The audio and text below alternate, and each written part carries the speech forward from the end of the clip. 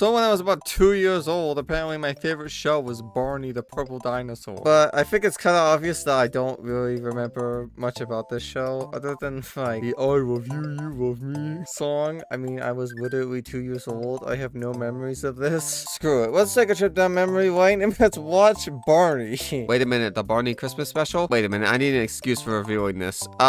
Christmas in July, and also it's longer, which means more content. Yay! Alright, so if you're ready, let's review an episode of Barney for the first time in like 20 years. So this episode starts with a letter opening up and then transitioning into these kids, which are doing a food drive, and then explaining what a food drive is, because you're a 2-year-old and don't understand what anything is yet unless you put it in your mouth. All this food will be like Christmas presents for him. Oh, I get it. Also, I love how they just change topics from food drive to decorations. Looks like we'll be helping lots of families this Christmas. Hey, look at all these great Christmas decorations. Like, there's no transition. They're just like, hey, look at all these decorations. So then the kids find a Santa hat and put it on Barney, and then he comes to life. Whoa, my childhood hero is real. Also, is it just me, or is Barney's voice kind of weird? Bro sounds like a creep, I'm not gonna lie. Can I help you with the decorations? Oh boy, oh come on, this'll be fun. Can I help you with the decorations? What?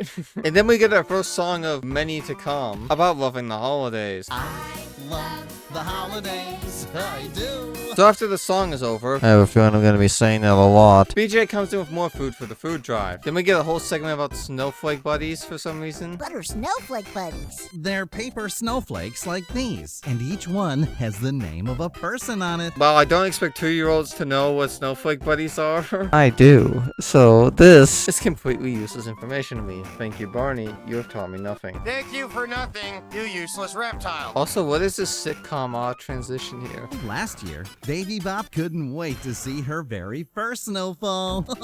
Wait, does this mean that this is old footage, or is this new footage that they made for the episode? Huh? Is this whole thing just a way for them to reuse footage, or what? Obviously, I can't prove that they're reusing footage here because I haven't watched any other episodes of Barney, but if they were, then that would make this special really suck, just saying. So then we find out that everyone is cold because it's winter and everyone's waiting for it to snow outside. So in order to get warmer, they just go back inside the house, and they treat this like this is a great idea, like it was a 2000 IQ play by Barney. We'll go to a place where it's nice and warm. Oh, good idea, Come on. Barney. Oh, you're right, Barney. It is warmer in here. Absolute cinema, guys. Absolute cinema. Winter makes my hands cold. Wait a minute. Winter makes your hands cold? Wouldn't it make like every part of you cold? You know what? Never mind. They're dinosaurs. Who cares? Also, I forgot to mention that we got another song before they go back inside. Yeah, I'm backtracking some. Anyways, this song about them being cold is actually halfway decent. I can't believe I'm saying that. I actually kind of liked it. I know. I can't believe it either. I wish I was a bear with furry hair. It's cold.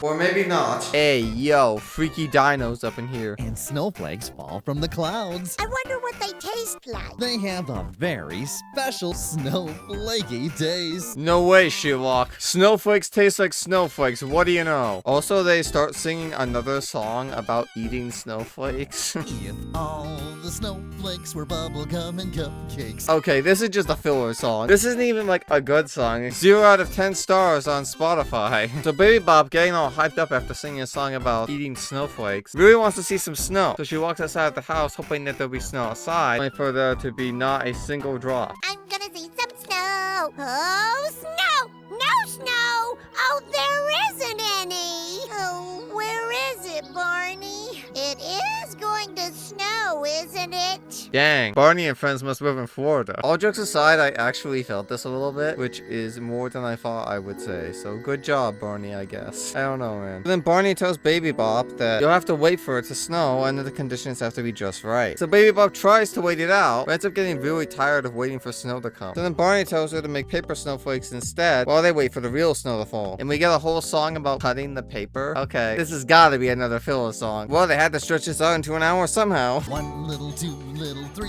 little snowflakes. So then after the song is over, we see Baby Bop bringing over a snow globe and looking into it and getting extremely sad that there still isn't any snow, which actually hits way harder than it probably should. Oh, Is something the matter, Baby Bop? there still isn't any snow. Not the real kind, anyway. I don't think I'll ever see snow. Oh, 1 little, 2 little, 3 little. little snowflake, 4 little, 5 little, 6 little snowflakes. Like, I actually felt sad. What the heck, bro? I wasn't expecting the Baby Bop depression arc today. But luckily we don't stay there for long, because literally the next scene is there being snow outside. Yay! Problem solved! We can't have emotions in our kids' TV show. No, never! We'll just sweep it under the rug and solve the problem instantly. Yay! So then Barney summons some scarves with his magic or whatever he has. We get to see Baby Bop really excited about the snow, which actually kind of made me happy, not gonna lie. Oh, Barney, BJ, everybody, looky, snow! That's right. I waited and waited and oh, it's snowing! I know that they solved it too quick. It was still cool to see, okay? It was good, alright? Then we get another song about how cool the snow is, but this one actually makes sense and doesn't feel like a filler song. So good job, guys, I guess, with this one. 'Cause it's the wonderful season full of special things to do. Oh, this tree looks tree-rific. Yeah, nice one, Barney. So then they start talking about putting some presents around the tree, and we get to see Baby Bop's Christmas list. I brought my Christmas wish list. Oh. You want to see it? Okay, sure. I'm sorry. That delivery just caught me so off guard. Anyways, Baby Bop reveals her Christmas list, and we find out that she's surprisingly greedy. Like, bro. If you ask me, she's a greedy prick. And this is the start of Baby Bop's character arc, where she has to learn that she should give things sometimes, and not just want to get things. Whoa. But for now, she still wants to receive more than she wants to give. People give gifts to their snowflake buddy because it makes them feel good to give. I want someone to give me a present so they can feel good. Nice. Really nice. So then we have another... Is this a flashback? Or... No, this has to still be in the current timeline, right? Barney talks about it like it's in the past. Maybe I'm overthinking it, but it's like really confusing, surprisingly. For a show made for literal 2-year-olds, I can't believe that I'm actually thinking this hard about this. Anyways, we have a whole segment about Secret Santas to really nail home the point that you should want to give gifts to people on Christmas. And also we get a random song about dreidels during the Secret Santa scene of all things. Dreidel, dreidel, dreidel. I made it out of clay. Okay, wait a minute. That's what a dreidel is? How have I not known this? Thank you, Barney. You actually taught me something today. So then we get Riff and BJ trying their best to be great friends to each other. Riff decides he's going to trade in his drum for a baseball glove, so the BJ can have a baseball glove to go with for baseball. But BJ decides that he's going to trade in his baseball for some drumsticks for Riff's drum. You see the problem here? And Barney just doesn't tell them about this at all, even though he knows that it's obviously a problem. I get that it's a Secret Santa and you're not really supposed to tell, but I feel like that you probably should have. But whatever. It's not my friend group, so who cares? So then the Santa Barney comes in with all of the presents for the gift giving. But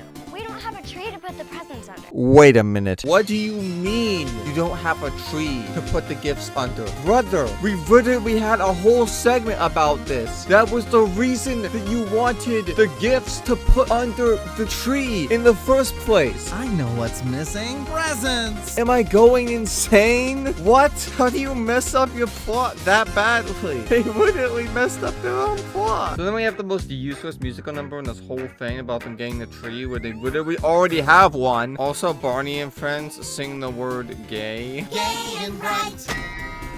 So that was something, I guess. Also, they say that they forgot the star, and then Barney just summons a star into the top of the tree. But like, we literally already did this. We had a whole bit about this. About how the kids put the star on the top of the tree? Hello? What is this plot consistency? Anyways, it's time for the drama to happen, where BJ and Dis, or whatever his name is, finally give each other their gifts, only to realize that really messed up by not realizing that the other was trading the thing they were trying to give them a gift about. Drumsticks. Thanks, Beach. Baseball glove. I traded my baseball for it. I traded my drum for it. We really messed up, huh? Good scene. But then they get really happy about the fact that they really messed up. You know what? I feel really happy. Whatever you say, kids show.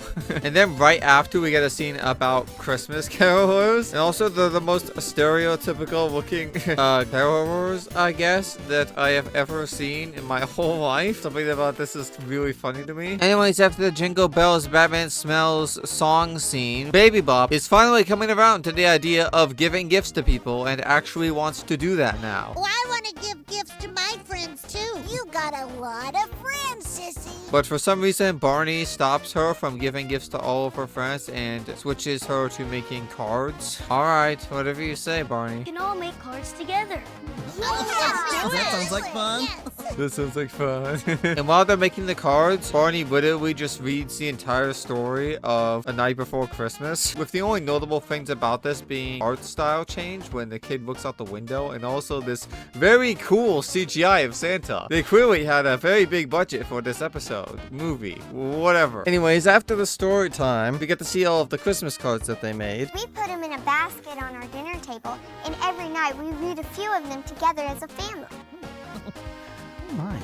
I'm sorry, what are these reactions from Barney, bro? Like, I can't, dude. Then we get a flashback of all of the kids giving their letters to Santa, but this one kid here missed the deadline, and feels really sad that she didn't get to give her letter to Santa Claus. Melanie didn't mail her letter. Whoa, hold on, Mr. Mailman. We have one more. But then Barney just opens the Narnia closet and lets her go to Santa's workshop. Okay. Also, I skipped over the fact that there's like 3 songs before they open the closet. Yeah, I'm not talking about any more of the songs, except for the fact that we get introduced to Santa's elves and then they start singing a rap song. We have such fun with the job we do. We're important. We're the rapping crew. Which definitely surprised me in the 2-year-old's kids show. Also, that transition into the song. Did you guys wrap all these presents? Yep, because rapping's what we do. The joke is so cringe, bro. The lyrics aren't that great, but the beat's actually pretty good, I think. I must be losing it. There's no way that the rap song in Barney has good music. Anyways, then we get to meet Santa. Have I missed him?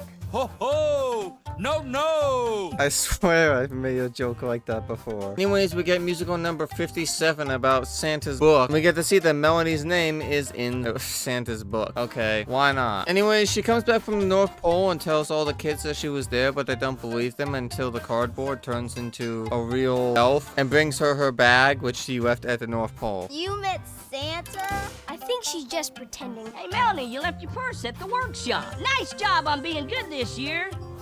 Thanks, I guess. The reaction from the kids, bro. What is this special, dude? We're going on a trip this winter's night. Oh. Fine, I guess there's one more song that I do have to talk about. So all the characters start talking about what the North Pole was like, so that the children can understand what the North Pole was like. And then Barney says, you can ride a train through it, which is the great transition to train song. I know I shouldn't say this because I'll probably get canceled for this, but I really like this lady's voice. The way she sings just sounds really nice to me. I don't know why. We're going on a trip this winter's night, beneath the moon so bright, to a place of magic dreams that's filled with Christmas joy for every girl and boy. Also, this song uses all of the early 2000s CGI that they could muster as they sing about what Santa's workshop present room is, I guess, and Christmas spirit. I'm not really sure what the point of this song is, actually.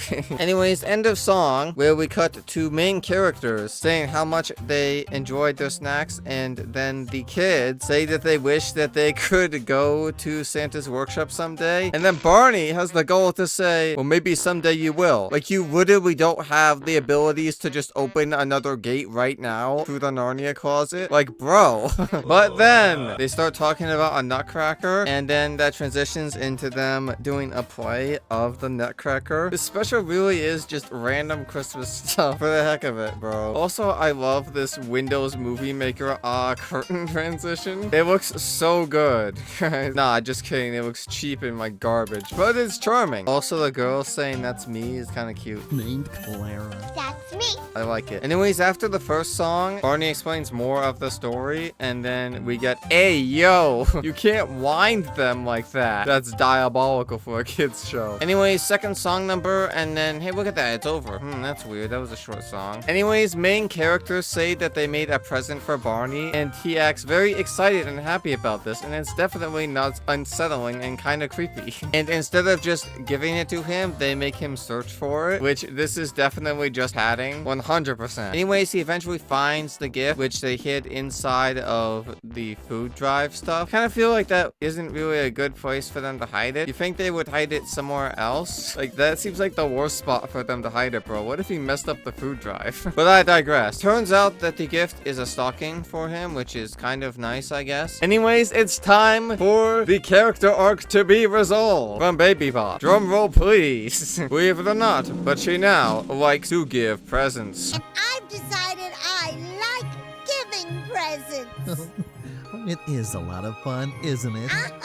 Truly the best character arc of all time. Anyways, they then decide they're going to get their own snowflake buddy, and then they die of friendship. I love you. Oh my goodness, it's the song. The only part of the show I actually remember. Let's go. Peak incoming. We're best friends like friends should be. There's a second half to this song. This is peak. Peak, I say peak. I do love you. Yeah, I'm sure you do, Barney.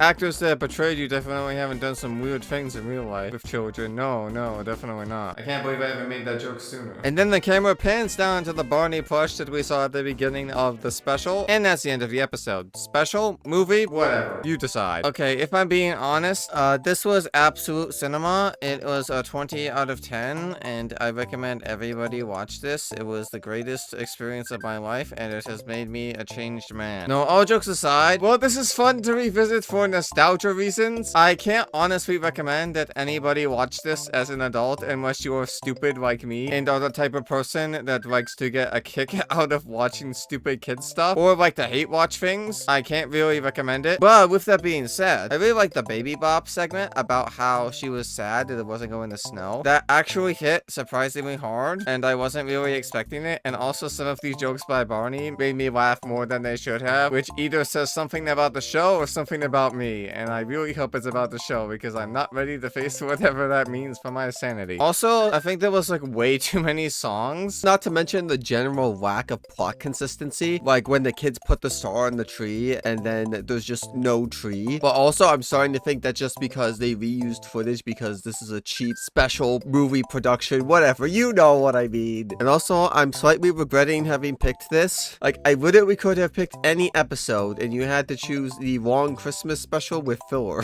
So I'm going to give this a good 5 out of 10 because it was fine. But what do you think about this? Do you think that Barney is actually peak, or do you think that it was mid like I said? Let me know down in the comment section because I'm always open to discussion. But with that being said, make sure you hit the like button and subscribe, and as always, be ready for anything. I think this is probably like the stupidest video idea that I've had yet, but screw it, we ball. So the production of this video has actually taken a lot longer than I wanted it to for a couple of reasons. First of all, I tried not to reuse as many clips as I normally would for certain sections, which turns out that using more clips means taking more time, and also finding ways to use the TV thing. Like I had to shrink the clips to the specific size every time, and it was annoying. So that added extra time for the TV thing, which let me know if you guys like that, by the way, because I would like to continue bringing that back, even though it was annoying and difficult. And also, I have been kind of sick, and then I got not sick, and then like a day or two after that, I got sick again, and I'm currently still sick, sort of. As you can tell. Oh, but it's mostly just a cough now, like a really bad cough, as you can pretty obviously hear. But other than that, I'm doing pretty good now, so that's good. What else can I say about the actual review? I said there was too many songs, I said that there was no plot consistency, and I said that Barney is a freak already, so I don't really know what else I can add to this. I moved on to liking Thomas the Tank Engine after Barney, so if you guys would like to see a Thomas the Tank Engine review, then I would be open to doing that in the future. I also have some plans for some more questionable material in the future, which I think will be fun. So yeah, but I think that's going to do it for the outro of the video. So yeah, bye bye.